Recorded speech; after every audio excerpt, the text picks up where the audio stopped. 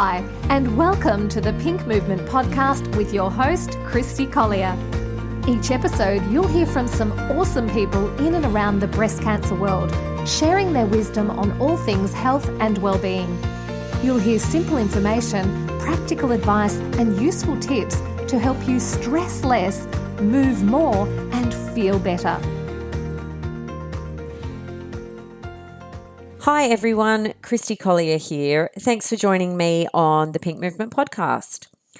Now, if you haven't yet checked out the podcast website, thepinkmovement.com.au, I'd encourage you to have a look today. There you can sign up for emails, catch up on previous podcasts, and find all the links and downloads in the episode show notes. So check it out. Now, on to today's episode of exercising immediately before or after treatment. I've always believed exercise was a bit of a wonder drug, and I'm fascinated by the research around it, especially in the cancer space. The information in today's episode is based on research coming out of Edith Cowan University in Perth, and I've got to say, it's absolutely fascinating. Qualified cancer and exercise professional Jacquie Azizi shares with us the science behind how exercising immediately before and after treatment can in fact assist the chemotherapy drugs in doing their work. Jacquie has seen firsthand how this works and the impact it can have, and is passionate about spreading the word so that more people diagnosed with cancer can reap the benefits. If you're about to start treatment or are in the midst of treatment, this podcast is a must. And I'll certainly keep an eye out for further developments in this area for future podcasts as well. So listen up, learn, and enjoy. Jacquie Azizi encapsulates a holistic approach to fitness with over 20 years of industry experience, both nationally and internationally. The founder of Personally Inspired Fitness in Balmain, Sydney, Jacquie is a qualified and registered exercise professional with Fitness Australia. She holds certificates in massage therapy, spiritual healing, metaphysics, Pilates, and menopause. Jacquie has a keen interest in cancer and exercise, and therefore recently obtained her certification in cancer and exercise from Edith Cowan University in Perth. This, coupled with her background as a scientific officer in pathology, brings a wealth of knowledge and energy to allow Jacquie to deliver the highest quality service to her clients. Jacquie's work in this space featured on ABC's Catalyst program in May 2016, which I'm sure many of you have watched. Jacquie has a belief that is very close to my heart personally, and that is that exercise is medicine and should be part of everyone's day. Dedicated to the health and fitness of others, she loves finding ways to help people find their motivation for health. Jacquie, thank you so much for joining me today on the podcast, and welcome. Thank you, Christy. Thanks for having me, and also congratulations for the setup of your podcast and website. It's fantastic. Oh, thank you, Jacquie. Thank you for those kind words, and thank you for joining me on the podcast. It's an absolute pleasure. Now, before we get into things today, why don't you just share with our listeners a little bit about yourself, your family, your business, and the work that you do?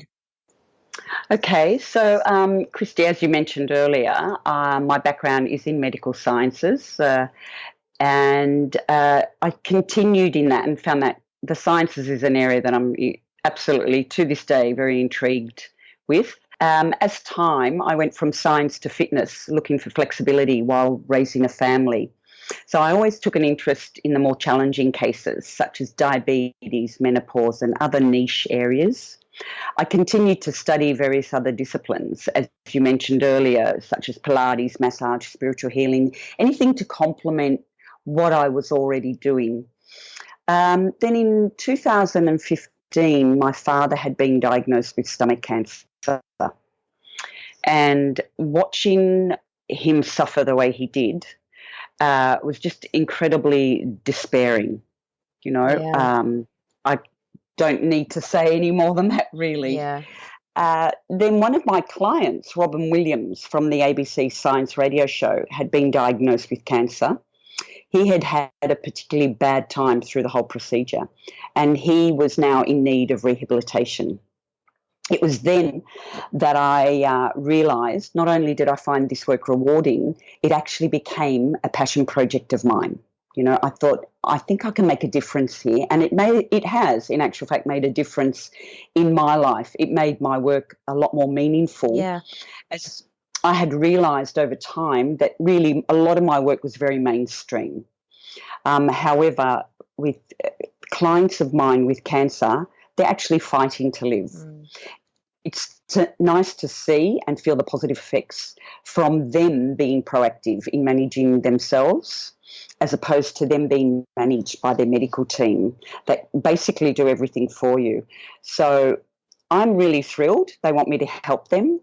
I have been nothing but, I think I would say, blessed by how beautiful these people are, you know. Yeah. The thing that sort of saddens me, I guess, and I'm ever so grateful that you've got me on your program, is that this work remains virtually absent in routine cancer treatment, you know. And so it's important to get it out there and be able to explain, I guess, as simplistically as possible, how and why it works so well. Yeah. It's a very interesting point you make there, Jackie, that this type of rehabilitation is essentially, to a degree, absent in routine cancer treatment. It's only the cancer patient themselves has to be proactive in taking steps to do this, as opposed to it being a recommendation. And, you know, my love would be that exercise and rehabilitation in that space is prescribed, and that's hopefully something that will happen down the track. But right now, they've really got to take the steps themselves to do this. Yeah. And Jackie, we mentioned in the intro about you doing some studies recently to get some qualifications in cancer and exercise. Tell me a bit about that and what does that involve specifically? Because I know you've obviously got your base level fitness qualifications. You've then had to go on and get this additional qualification? Correct, yeah. So the Edith Cowan University, where most of this study and research that I base my work on, and I also practice their research with my clients, is with the Edith Cowan University in Perth. And that's what the Catalyst program that I appeared on was also, that's where it was set. And that all centered around their research, which is very current and also correlates very well universally, you know, internationally, because most of the studies, whether it be Denmark, Germany, England, even the USA, all pretty much agree on the same sort of research. Yeah, right. So let's touch base on that Catalyst program. That was last year on the ABC. And look, I know just through my own social networks and bits and pieces, the sheer number of people that watched that, and it created conversation about that around cancer and exercise. Tell us a little bit about how you got involved in that program and, you know, sort of the outcomes and messages from it. Okay, so as I mentioned earlier, I was training Robin Williams. I came on to actually rehabilitate him, and it was post his cancer treatment. And at the time when he presented, he was having a lot of issues. He had neuropathy issues. He had coordination issues. What else did he have at the time? Lots. And in a very short period of time, he'd had a lot of muscle wastage as well. But in a very short period of time, the results were quite apparent, you know. And it was then that Catalyst approached and said, look, you know, we should do something about this, you know. Hence the research came up. And before you know it, we were doing this program, basically presenting Robin Williams' case. Okay, right. Yeah. And so presenting him and how his rehabilitation, the impact it had on him. Absolutely. And, you know, bearing in mind he's not 30, and yet, and he was also presenting post-cancer, you know, rather than whilst on treatment. His outcome has been brilliant, absolutely brilliant. Yeah. Yeah, I mean, that's outstanding. And I suppose for any of our listeners that haven't yet watched that program, I'll pop a link to it in the show notes on the website. Yeah. So definitely Absolutely. go on and have a look. It's really, there's some great content in there. It's really interesting, and it really strongly promotes the benefits of exercise following a cancer diagnosis. So yeah, if our listeners have not watched it, definitely get on there and have a watch of that. Yeah, absolutely. I couldn't recommend it enough. And it's I guess, explained in a simple enough term to actually understand it, comprehend it, and Yeah. some things don't make sense, but Yes. I think they did a great job of it, I must say. Yeah, it's not presented in with scientific jargon. It's No, just in everyday simple language exactly, that we can all relate to, most exactly. definitely. Yeah, Yeah. Now, Jackie, you do work in your practice with cancer patients, all types of cancer patients. Just out of interest, I know every cancer patient is different in terms of yeah. their needs and requirements, but what are the types of things you might do with a cancer patient at your facility when they train with you, when they work with you? Okay, so look, I'll just talk a little bit more about, I guess, and I'll sort of go backwards to come forwards. So basically, I want to say that the study shows that there's a reduction in the growth size and the incident of the cancer tumor. So basically, how it works is exercise supplies a surge of adrenaline, improving the movement of the cancer-killing immune cells towards the cancerous tumor. Mm-hmm. Um, so chemotherapy, as most people know, is a very difficult journey. So one of the troubles of getting chemo into a tumour is that the tumours often have poor blood supply. Now, exercise increases your blood flow, allowing then the chemical to get inside the tumour where it's most needed. So Mm, basically, it's all about the blood flow. Its right. greatest effectiveness of the exercise is actually when you exercise either immediately before chemo or after the actual session of receiving your chemotherapy. And that just Right. doesn't seem to make sense Yeah. for, when you're not aware of this. So, and the reason for that is that you are still influencing the circulation of blood into the tumor because your metabolism is increased for at least the next 24 hours to 48 hours. Right. Okay. So I'll just relay this back to you so I'm Yeah, trying to understand it a bit better. sure. So the exercising immediately before or after treatment helps you influence the circulation of blood, Correct. which helps therefore the chemotherapy drug that you're receiving, Yeah, um, get to or get inside the tumor where it's most needed. absolutely. That's exactly it. Yeah, circulation of blood into the tumor. That's exactly right. Targeting the specific cancer cells. So basically, it's your own immune system that is now fighting the cancer. And you see, the trouble with chemo is at the same time, it's poisoning our tumours, which is excellent, but it also wrecks your immune system. Yeah. It attacks everything. It doesn't just attack the tumor, unfortunately. Yeah.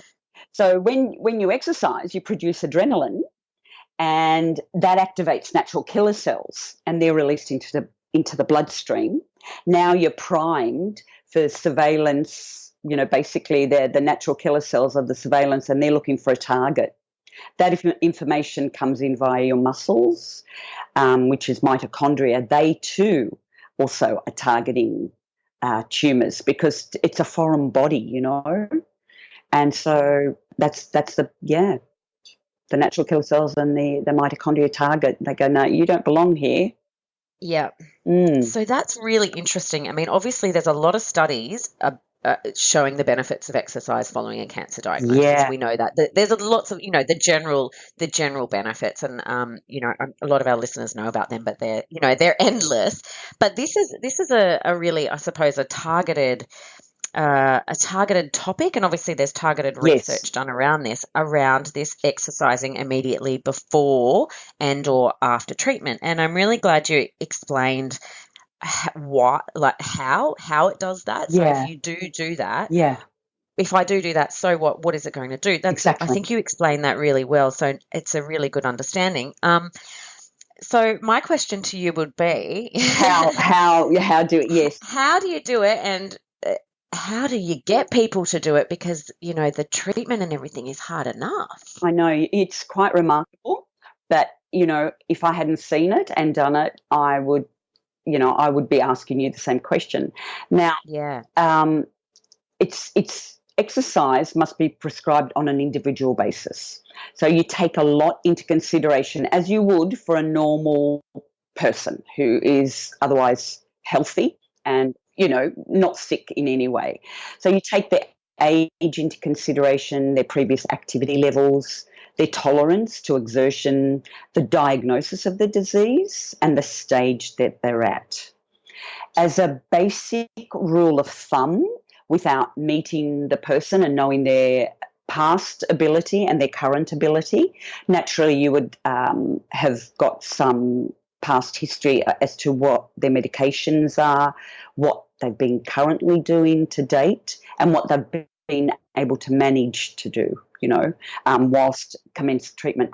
Then the general rule of thumb would be a recommendation of 30 minutes of moderate aerobic physical activity. Now, at least 5 times a week, because we're looking for about overall 150 minutes of physical activity, and that aerobic physical activity is where we're looking for the adrenaline release. Right. The agent, the chemical I was talking about earlier. Then strength training 3 times a week. That brings the mitochondria into play. That's the mitochondria that goes looking for the tumours. That's the muscle, right? Yeah, the muscle. So you build up muscle. And then, it depends how you interpret it. I generally like to focus on, let's say, for instance, you've got lung cancer. Well, then I would be trying to deliver extra growth around the chest cavity, breast, same sort of thing, Sure. around the chest area. So that you've got those mitochondria available around the tumours, Sure. And then flexibility. Flexibility is always a given because often if they've had surgery, the drugs, as I mentioned earlier, neuropathy, you get the coordination problems that come also with the chemo drugs, the chemo brain. Exercise, Oh, I remember that. Yeah, I'm sure. Yeah, chemo brain and coordination, it's a funny one. You don't really know about those perhaps until after you've started your chemo. Exactly. And they're both pretty challenging in their own right. They are. They really are. But they improve, and they improve in no time, Yeah, they're certainly not forever. No. So that is my general rule of thumb, and I can't possibly say to any one person, that is what we do and it's a given, because it changes. It changes literally from day to day. Some days you'll finish a complete session, other days you'll do very little, but you may massage someone, you may stretch them. I think the idea is to be equipped on a holistic level and be client-centered.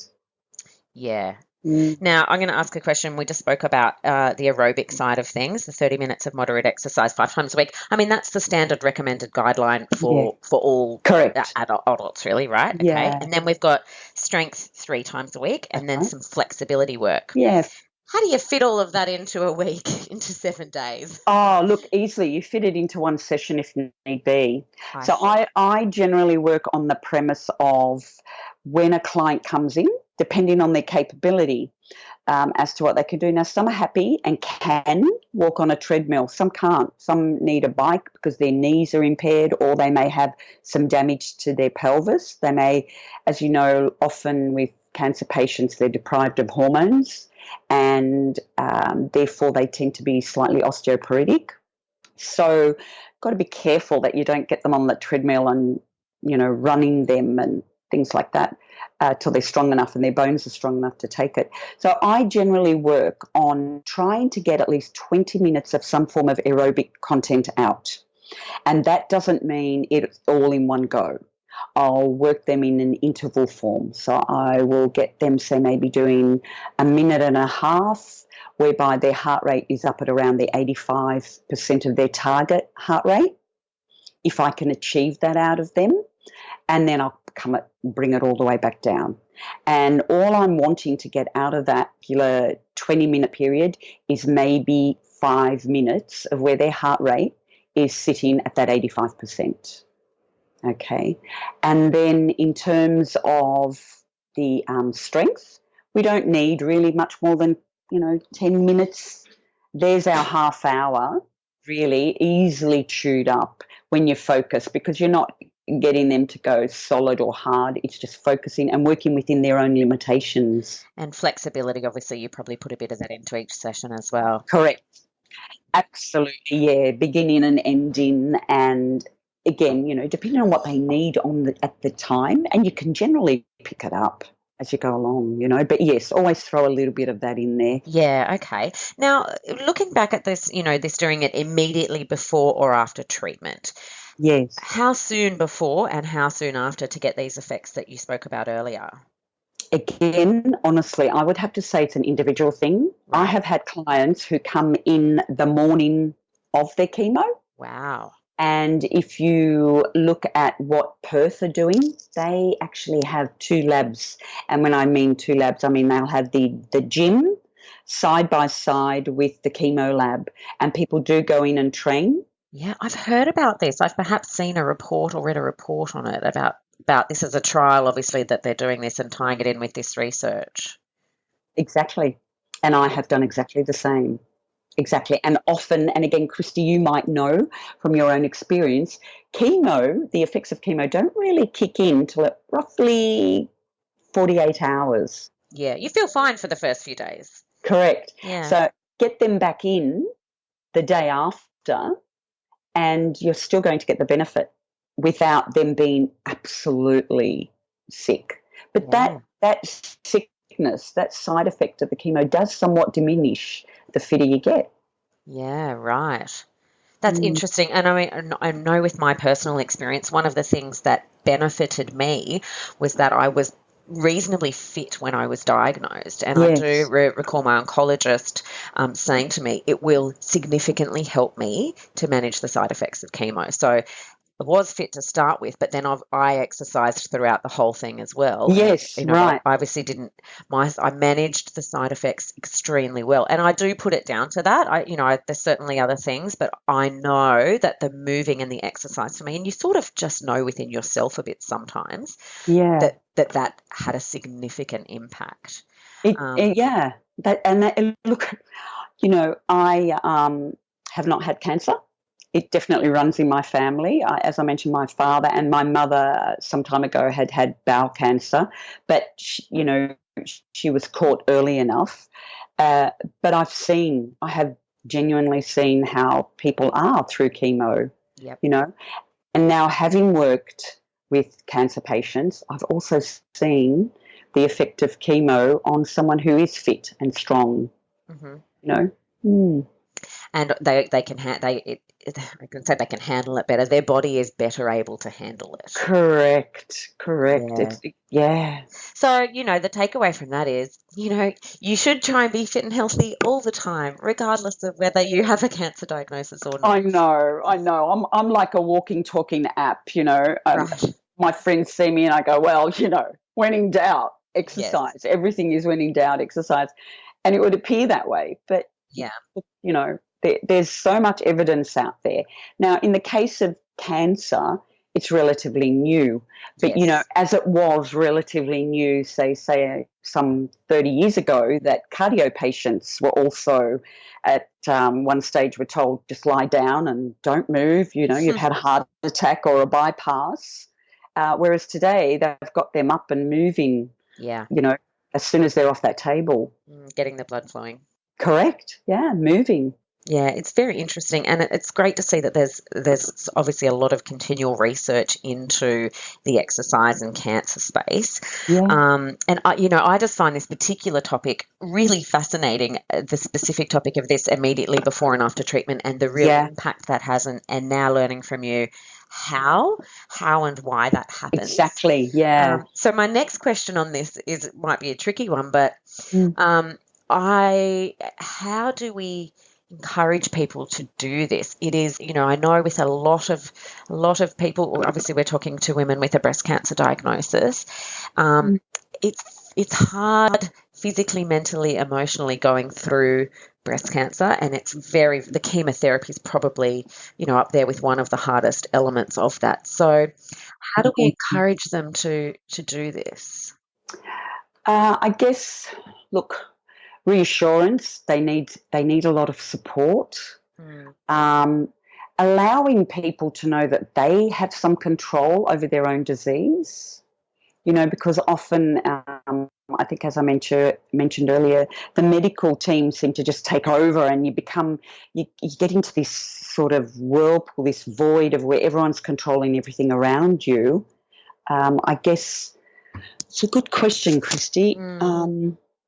It needs to be, maybe it's just the media. I wish I knew, because I am so passionate about this. I get excited talking about it because I'm talking from someone who's seen, and I'm experiencing it with people. And watching the transformation in these people is amazing. Yeah. It's really quite amazing. Not only are they getting positive results and positive feedback, but they are also taking ownership of themselves, in terms of their health and mental health as well. That the physical health will take care of the mental and emotional well-being as well.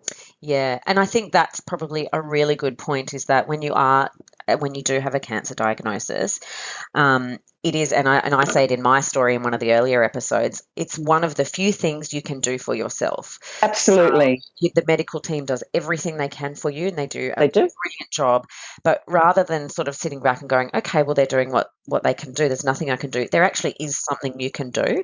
And I think this is one of the things. Yeah, drive your own therapy. You see it in their mood. They're in charge. They are the most inspiring people, really, because they just are. They've got a purpose, a real, genuine purpose. Yeah, it's interesting. I mean, I walk every morning, and, I often say to my partner, got to walk to live, in a joking type of way. But I know that continuing to exercise will help me prevent cancer recurrence. There's no guarantee of that, of course. No, of course. But many studies that now suggest that. So, yeah, I mean, it is sort of, I think you can't just always rely on medicine and science. You do have to do your bit too.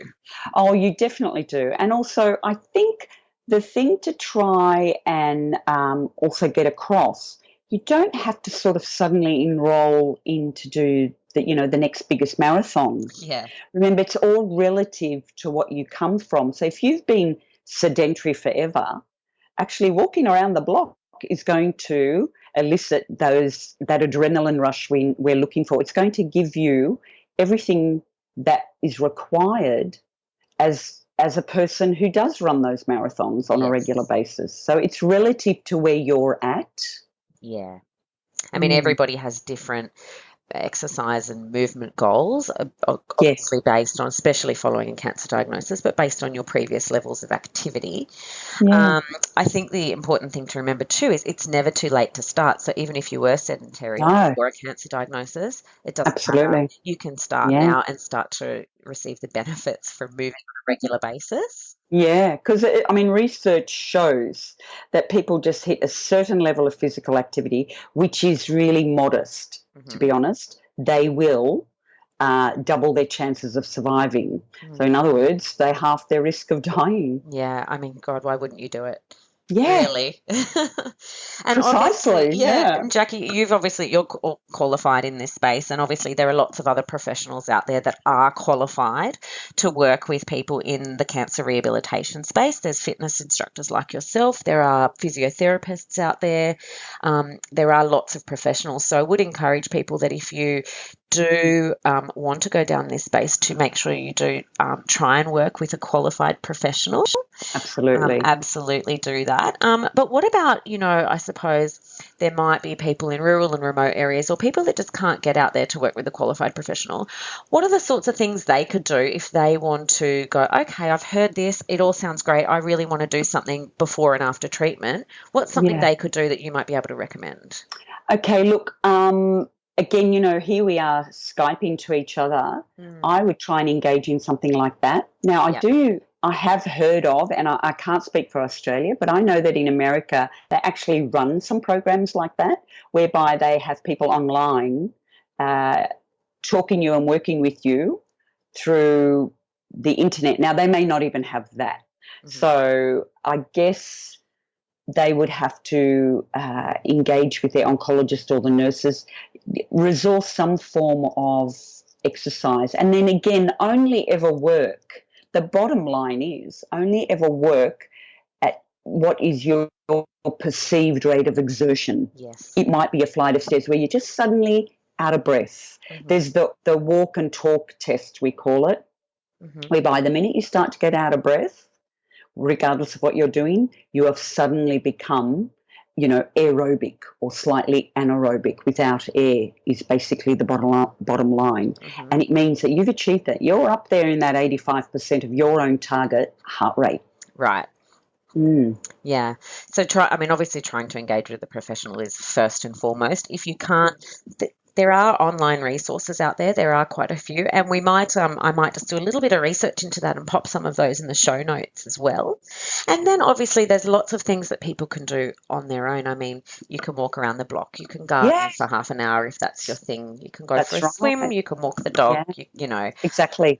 Anything is better than nothing. Yeah, look, on a rainy, torrential day, if you've got stairs, walk up and down those a few times, set a clock, if you've only got one step, walk up and down that, and move your legs around, do knee lifts. You do that for long enough, you'll know you've worked. Yeah, absolutely. I mean, you don't even need equipment, as you say. You can just do things around the house. We can do a bit of gardening. It's just getting that heart rate up. Absolutely. And increasing that level of exertion. Exactly. Yeah. Now, Jacqui, if anybody would like to work with you specifically that are based in the Sydney area, where can they find you? Okay, so I have a website which is PI Fitness, www.pifitness.com.au. I'm based in Balmain and work from Balmain in Sydney. Mm-hmm. And I'm also on Facebook under PI Fitness. Okay. Jacqui, thank you so much for joining me on the podcast today. It has been a very, very interesting topic to learn all about today. I've learned a huge amount today, and I'm sure our listeners have too. And I really hope what we've spoken about encourages people. Well, look, so do I. Yeah, I do too. So thank you once again. It's been a pleasure. Thank you very much, Christy, and good luck with your work.